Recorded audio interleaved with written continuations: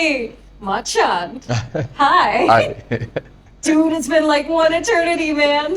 Yep. Who is this? On Decibel podcast number 4.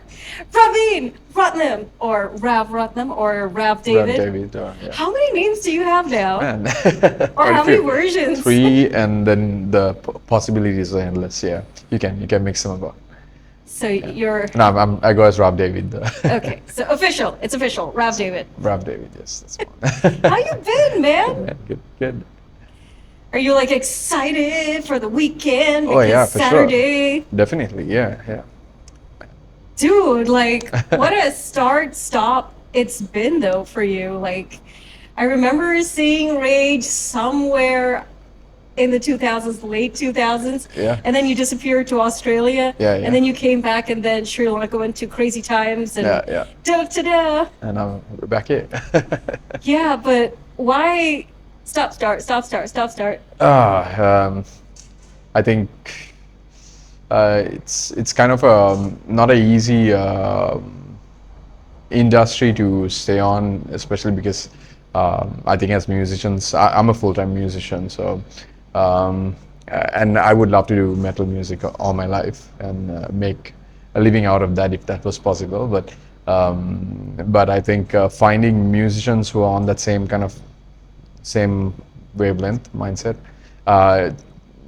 takes a bit of time. I think trying to figure out who, because I think that there is the interest. People do like being a part of something like this, because there's it comes with that whole I think the experience that you get in a metal show is unlike any other that I've experienced personally, and I think even the musicians, whichever, I mean, they actually see there's a difference, like in the crowd interaction and all that. So there's this kind of a feeling about it, and I think people like metal music. I mean, whoever the musicians that like. But the thing is, you can't do it unless you're doing music full on and like you have some kind of a plan in how to fund your passion here. If you don't have that, then I think most people don't tend to stay in it for too long. So I've found it really hard to find people in that sphere, people who would actually be committed to go the whole way through. So, but like here and there, I've met people who kind of like made sense, but then like it's just like there's too much of things going on, and then just life happens, and then you end up. So, yeah, I think that's been my issue. But like, it's like my dream has been just to kind of keep this going, and it's like always there. So whenever I'm going for a acoustic gig, I'm still listening to metal music in the car and practicing those stuff. But yeah, so that's probably. No, I can imagine. So, yeah. I mean, come on, science, technology, like it's 2024. They should have developed like a way to clone you by now. So that it would be like the Rubbin Band. The R stands for Rubbin and R.A.G.E. That's why I started a studio, so I can record by myself whatever that I can. And dude, you know what? Yeah. Not a lot of people realize this, but you're a damn good producer. You're actually one of the best in the country that did such a lot of good work, like in the 2010s. Yeah. I remember, I think you did some of Stigmata stuff. You did some other stuff for various people. Yeah. And but why did you have to give up your studio, man? Again, that's I don't know. It's a very complicated set of affairs, but yeah, I guess. I mean, recording studio is something that I've been passionate about like ever since I was into music. So I mean, that's like from small days. But so it's kind of something that I want to do again. But like I don't know if it's this country or what. But like the way I want to do recording studio is also mainly I started my studio initially just for myself and to record my originals and all that. But then the moment I released one of I think the first ever song that I released was Stigmata's Voices cover, and then from that I started getting some like inquiries, and so I was like, okay, I might as well start this and do this. So I think I like to do a studio based on just like recording bands, and especially rock and metal And even I mean I'm open to other genres as well, but it's kind of still. I don't know how. Is it something that I can like keep doing? Maybe I could now. When I think about it, back then I think I was a bit immature as well on how I was thinking on in terms of music and like how to go about it and stuff. And like I think you have to go through a process. So Yeah. I think and in this country there is this kind of set thing like if you want to be a full-time musician, this is the line, this is the way you go, and like this is how you earn money. So I've tried those things and just not liked it at all. So I always end up coming back to this, and I'm like, how do I figure this out? How do I make this work? So I think I've worked out something which works for me and personally. So yeah, so studio is something that is part of me, and so I've started again. So Yay! gonna Is it still called Paragon? no, it's not. It's not. I'm just thinking of because I don't want to really affiliate it to any kind of name per se. I don't really know what to go on with. Or just call it but the Raveen Studio. Yeah, maybe just like produced or recorded by Raveen or something. I mean, that's the easiest yeah, way. yeah, I think Just so. like, what's his name? Ranil Gunawardena. Yeah, He's like everywhere. He Yeah, produces. yeah. Nobody knows how he does his Yeah, productions, yeah. but It's Stellar done. Productions, it's done. Yeah, It's out to the exactly. world. Yeah, Well, that's very cool. Yeah. But yeah, with technology, it's made it like a lot more easier just to Yeah. like mix master on the go. So. yeah, for sure. Hey, to technology. Yeah, yeah. I don't know. I'm glad you're getting back into productions, Machan, because there's just like literally a handful of producers in this country that can do rock and metal. Yeah. And you're one of them. So I feel like, So, yes, we have you back. Hey, good news, good news, good news. Get in touch. Slide into his DMs. So Rage Yeah. coming back. Was this like an active decision you made this year? yeah, I mean, it's kind of a funny story. I think since COVID is what kind of got me back into thinking about starting Rage and also another project, which I don't know if I should mention right now, but You can. I mean, it's a podcast. but we're I don't know if talking. it will actually happen, whether it will take this thing, yeah, Materialize. materialize. So, but yeah, that's another project on the line as well. So, yeah. So, but Rage is something that I kind of wanted to start as well.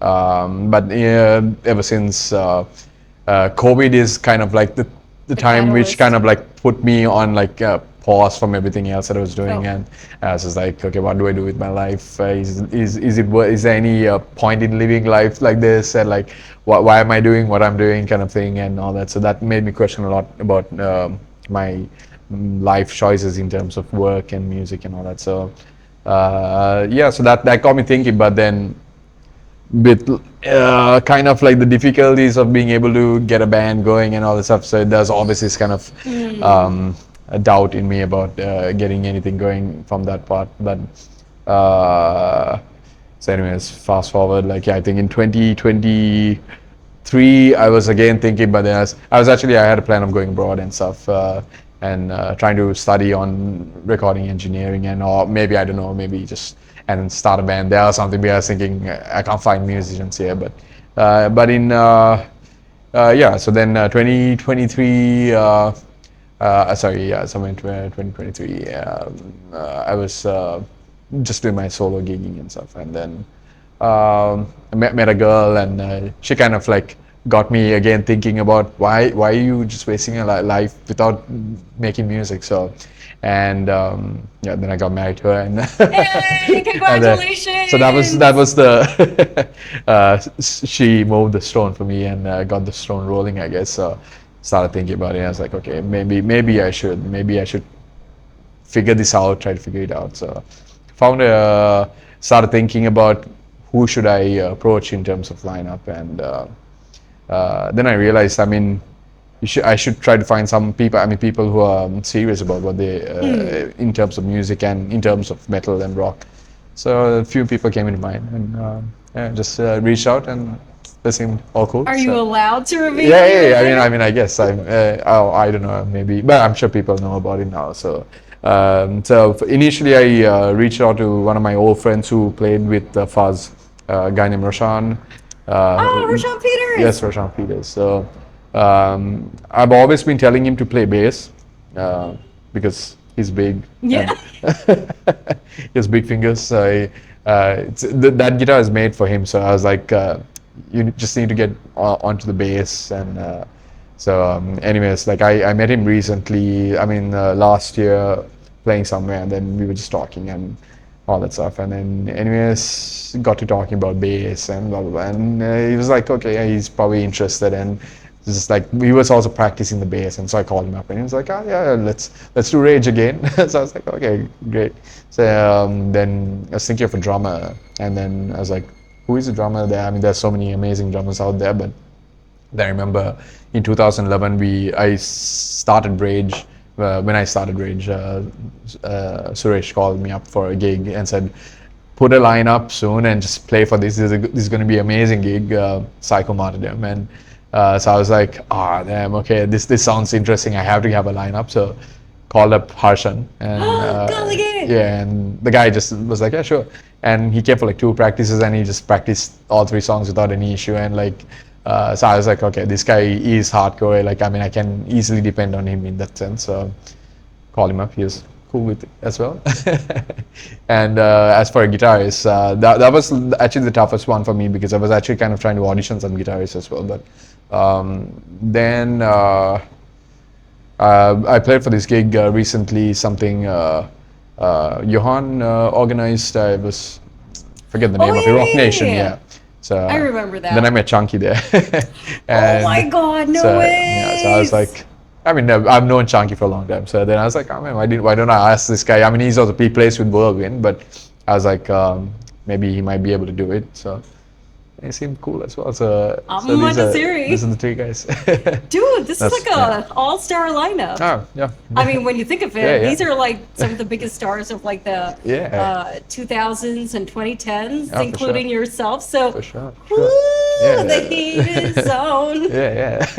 So is it a lot of the older compositions that you guys would be performing, or some newer stuff? Yep, actually, so I mean, I've already have an album for Rage, but I mean, which was from Fuzz Mechanics. I pulled it into Rage and made it heavier and all that. So just want to get those songs out. So like it's kind of like bugging me. And I think the last time I played I played for a gig with Stigmata and Mantle God. That was not too long ago. Yes, yeah, that was at that. Was it place. the Joint? I think it was. Yeah, at the Joint. Yes, yeah.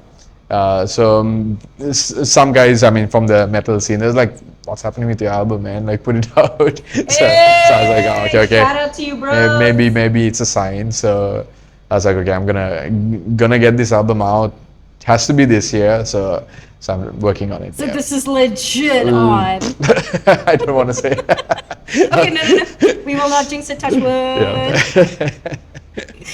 Yeah. But this is good, man. I'm so glad to like see you back in your element. And would you be, okay, this might be a bit of a strange question, but would you be bringing back some of the Fuzz Mechanics stuff as well? Yeah, so I mean, pretty much the songs that are made for Fuzz is what's going to be rebranded or redone as Rage.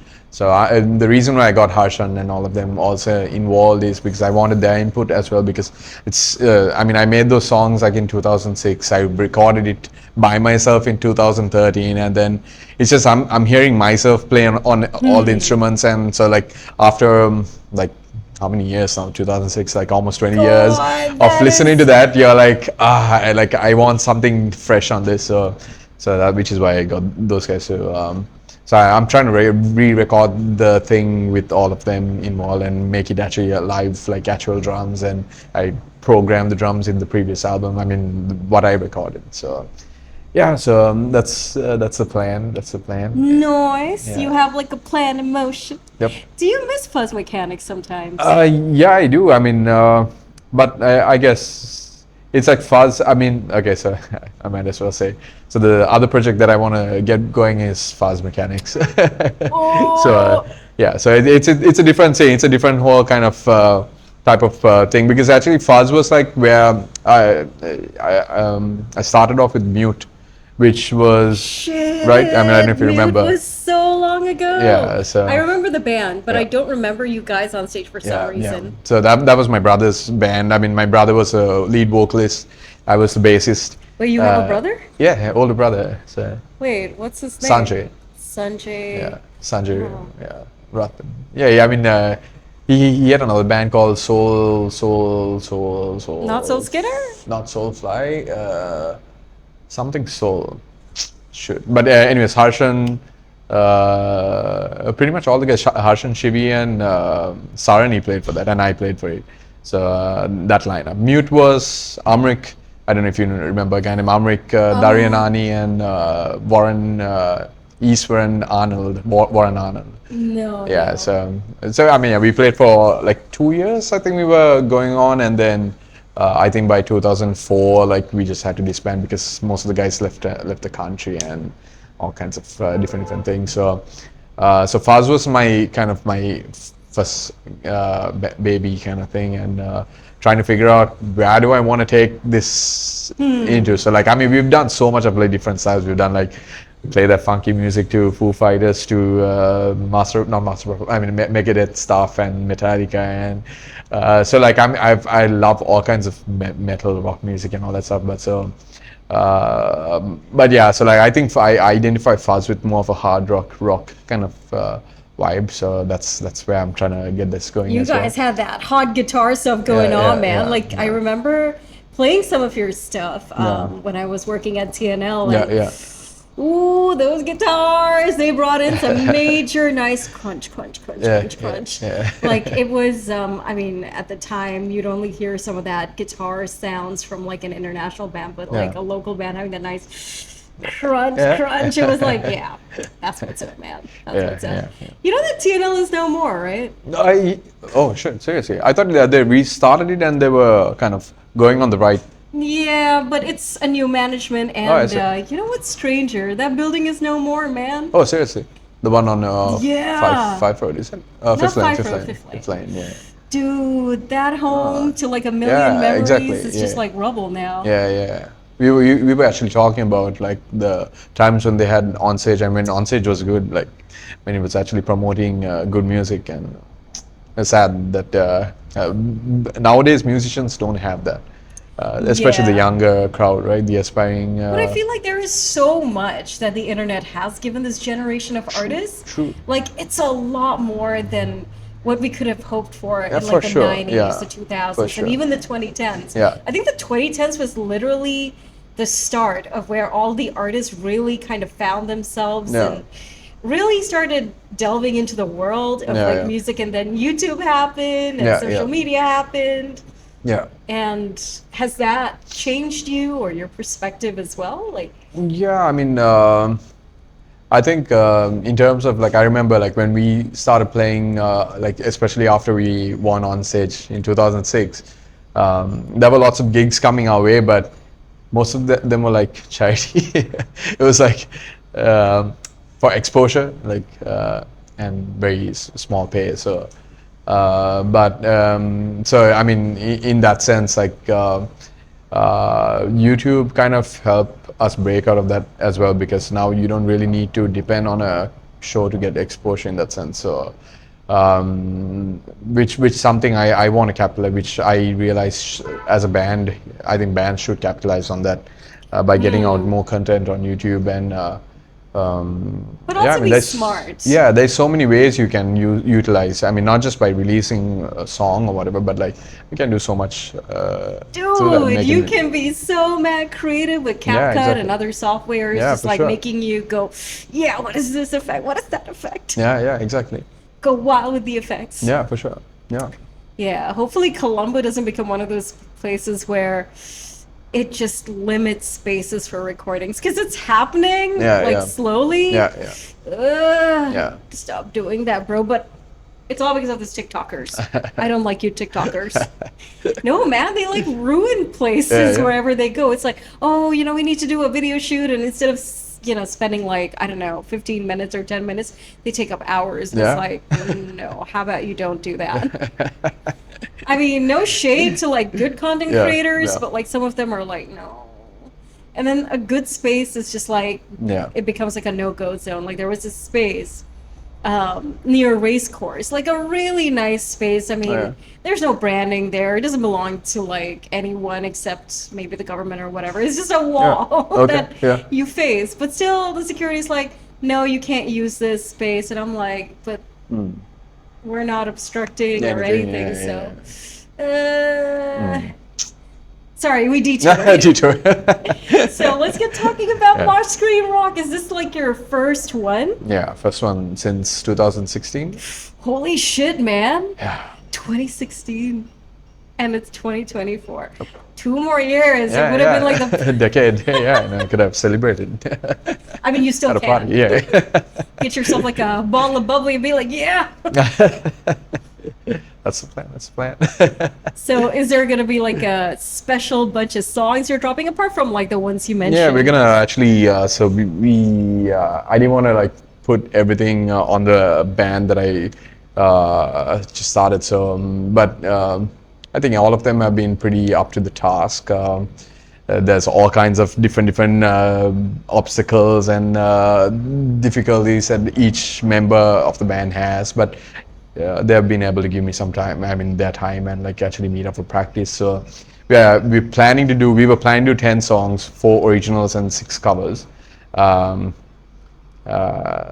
yeah, so unfortunately, the time is a bit short as well Yeah. at most. So we just condensed it to 9. I think we should be able to fit in. So 3 originals. Yay! But I mean, one reason I like covers is because you learn a lot from actually learning other people's music. So I'll always like to push that concept onto the musicians I play with, and I love original music and making that. But again, I've been playing these songs like, I've been hearing these songs for so long. So it's kind of like Part it's and like parcel. yeah, it's like Metallica still doing like some of their older stuff. Like I mean, there's a charm in it, but when that's all you hear, you kind of get sick of it. But I mean, the guys, they are bringing in a new flavor as well into the music, and so it's kind of like bringing my love for the songs as well back. So it's kind of it'll be interesting because it has a slightly different sound as well to it, and yeah, it's going good. But we have some interesting covers up our sleeve. I want to keep it Okay. a surprise, but yeah, I like the whole surprise element, not letting people know. No, that's good. Yeah.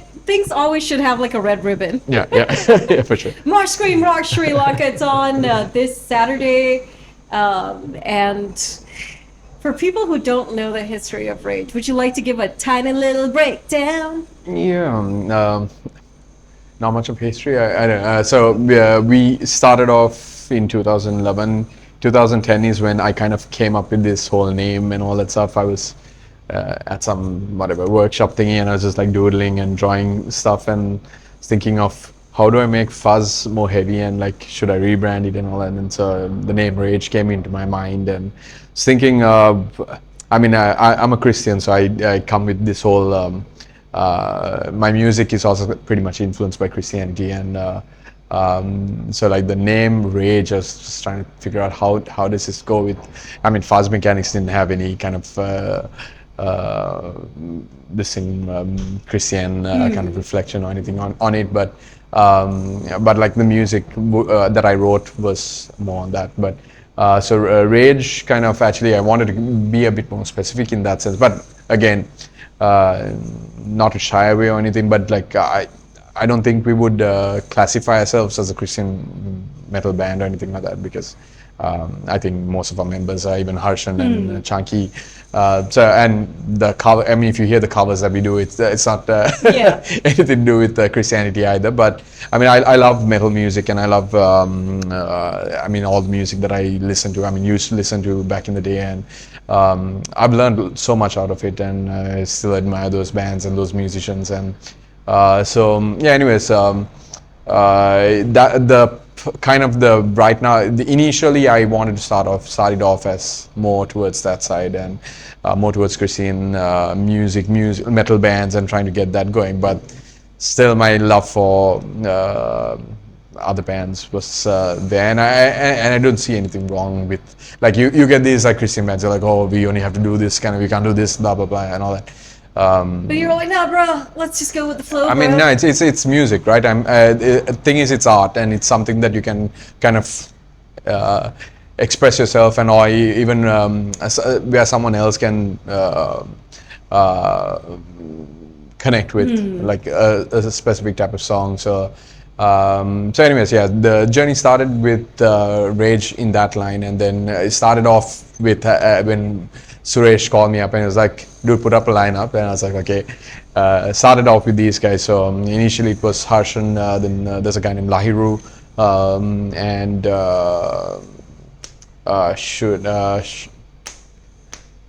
bassist. He used to play for oh man, I forgot Shivan. I think I've got his name wrong. Shivi? No, not Shivi.